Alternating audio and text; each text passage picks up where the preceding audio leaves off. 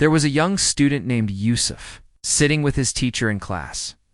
Yusuf asked, "What does it mean when we say in Surah Al-Fatiha, 'Guide us to the straight path'?" The teacher smiled and said, "Yusuf, it means we ask Allah to guide us to the right way, the path of truth that never leads astray." Yusuf then asked, "And who are those you have blessed?" The teacher replied, "They are the prophets, the righteous, and all who followed the way of Allah." Yusuf thought for a moment and asked again, "And who are those who earned anger?" The teacher said, "They are the ones who knew the truth but did not follow it." Yusuf continued, "And who are the lost ones?" The teacher explained, "Are the ones who never knew the truth in the first place, so they went astray." Yusuf smiled and said, "So every time we pray, we ask Allah to make us among those He has blessed, and to keep us away from the path of anger and misguidance."